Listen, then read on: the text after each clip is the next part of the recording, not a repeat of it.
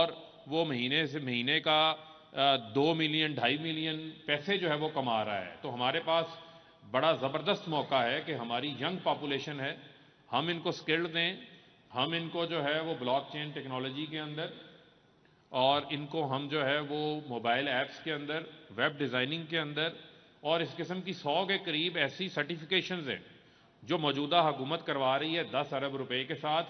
25,000 نوجوانوں کو ہم سرٹیفائی کر چکے ہیں جو اپنی اپنی مختلف آگے جابز کریٹ کر چکے ہیں، چھوٹے سٹارٹ اپس بنا چکے ہیں. مزید اس میں سے 1 لاکھ انرولڈ ہیں، 1 لاکھ اسکالرشپس جو ہے اس میں ہم نے اور دینی ہے. تو میں سمجھتا ہوں کہ جس سے ہماری آئی ٹی ایکسپورٹس میں آپ دیکھ رہے ہیں کہ اضافہ ہو رہا ہے. نہ ہماری گڈز ایکسپورٹس 25 ارب کراس کر گئی، پاکستان کی تاریخی ہائی ہے، انشاءاللہ اس سال وہ 30 ارب ڈالر تک پہنچے گی. ہماری جو آئی ٹی ایکسپورٹس ہیں وہ پچھلے سال 2 ارب ڈالر تھی، اس سال انشاءاللہ ہم 3 ارب ڈالر کو کراس کریں گے.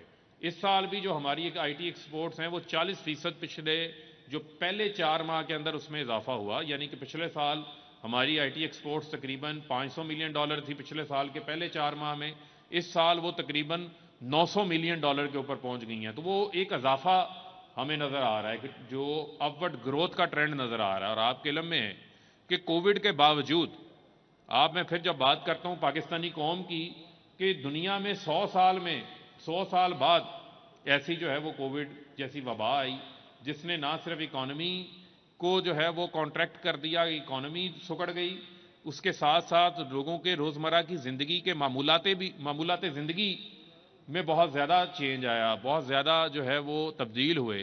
لیکن آج الحمدللہ وہ پاکستان ہم اپنی 100 ملین یعنی 10 کروڑ لوگوں کو ہم ویکسین کی ڈوز لگا چکے ہیں. پاکستان جو ہے وہ جب آیا تو ماسک یہاں بھی نہیں بنا رہے تھے، اب ماسک بنا بھی نہیں ہیں، ماسک ایکسپورٹ بھی کر رہے ہیں. وینٹیلیٹرز کے پاکستان نے جو ہے وہ یہاں پر اس کے ٹیسٹ رن کیا، یہاں پر جو ہے وہ بنانا شروع کر دیا. جو پی پی پی کٹس تھی وہ پاکستان نے یہاں بنانی شروع کر دیں.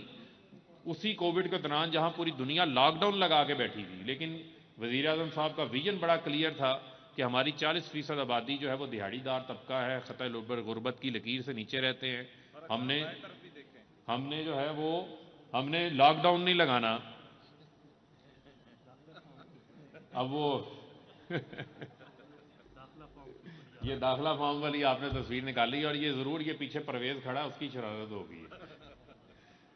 خیر، تو جو بنیادی طور کے اوپر بڑا امپورٹنٹ ہے کہ ہم نے اپنی جو اکانومی ہے اس کے اوپر توجہ دینی ہے اور اس اکانومی کا انجن ہے، جو ایندھن ہے، وہ میں سمجھتا ہوں کہ ہماری یہاں پر بیٹھی ہوئی جو ہے وہ یوتھ ہے، جو ہمارے نوجوان ہیں جنہوں نے پاکستان کو جو ہے وہ آگے لے کے چلنا ہے.